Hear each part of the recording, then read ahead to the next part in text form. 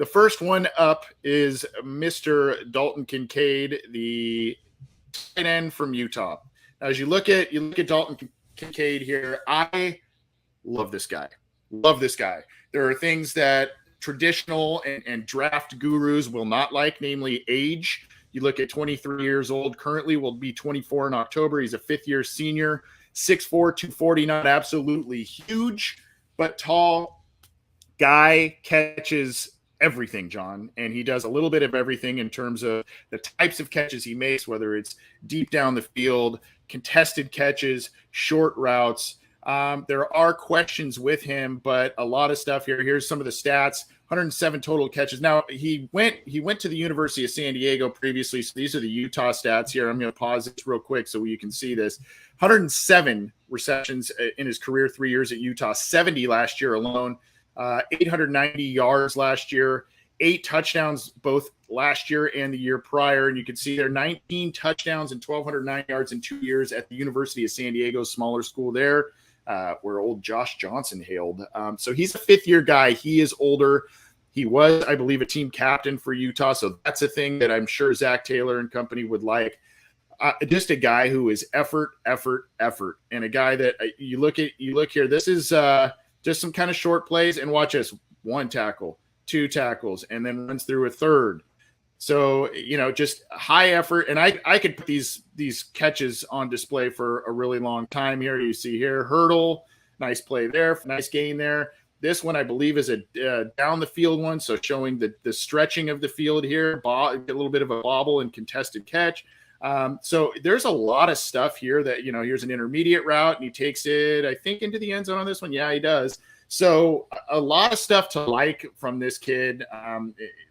With what he provides. Red zone target, again, 16 touchdowns the last 2 years for Utah. Obviously, Utah, a big couple of nice years, nice hurdle there. So I could go on with this, with the hurdles and all this stuff forever and ever and ever and ever, right? I mean, this is everything that he does. The big question coming up here, and we'll have some clips on it, just a few.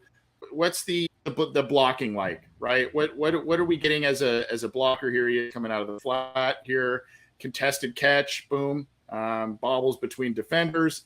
So what are you getting here from him as a blocker? And that's kind of the big question. You know what? I got to play these because this is against USC. These are some big catches coming up here. Watch this one. Nice one down the seam there. Beautiful catch. And then there's one also, I think, that's going to come up here down the sideline, and it'll show some nice footwork, albeit just the 1 foot for college, but still incredible play.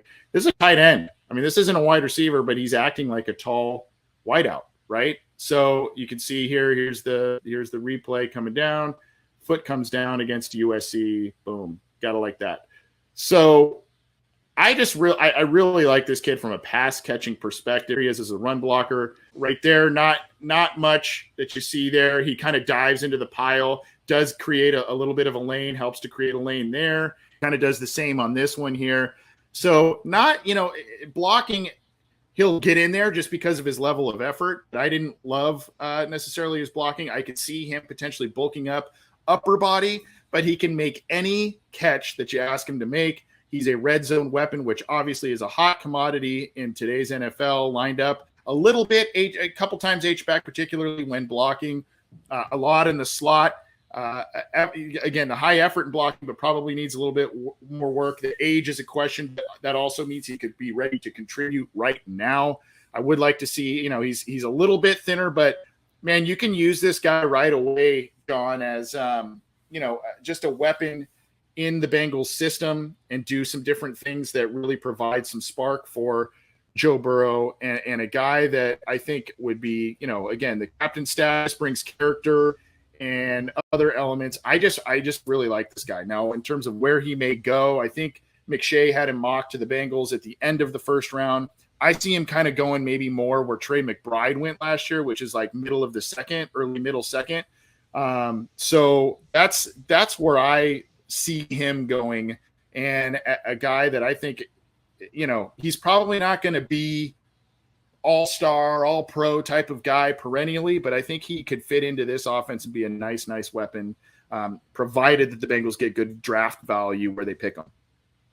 890 yards for a tight end is a lot, especially in an offense where I think Utah only had 3,500 passing yards. So that, I mean, signals that he was not just a feature of the offense, he was the feature of the passing offense. 70 receptions for tight end is crazy too.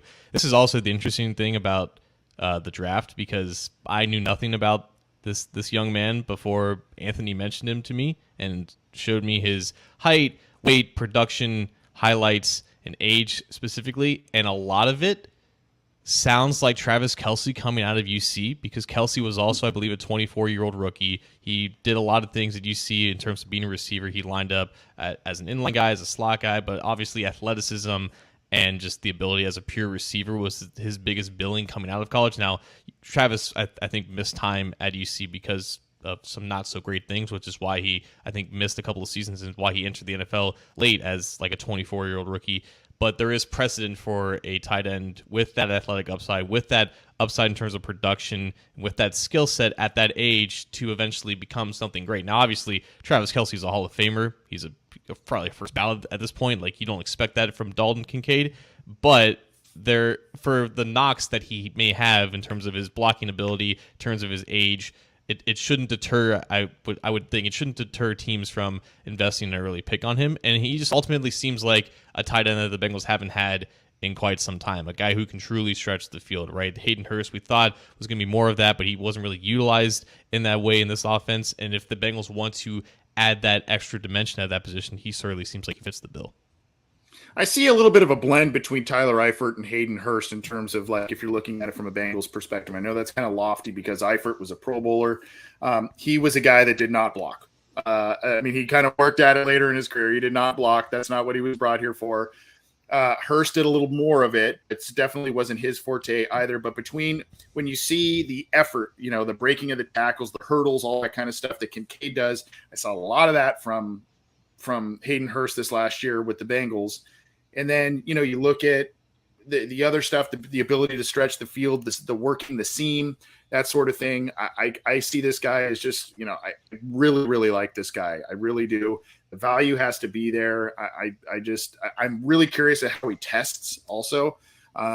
Really curious about that. And I think also he missed, I believe, the Rose Bowl because he had an injury, if I'm not mistaken. I'll have to double check that one. But so that's a knock there. But a guy who just did a lot of work for that Utah team and was a big, big reason for their success.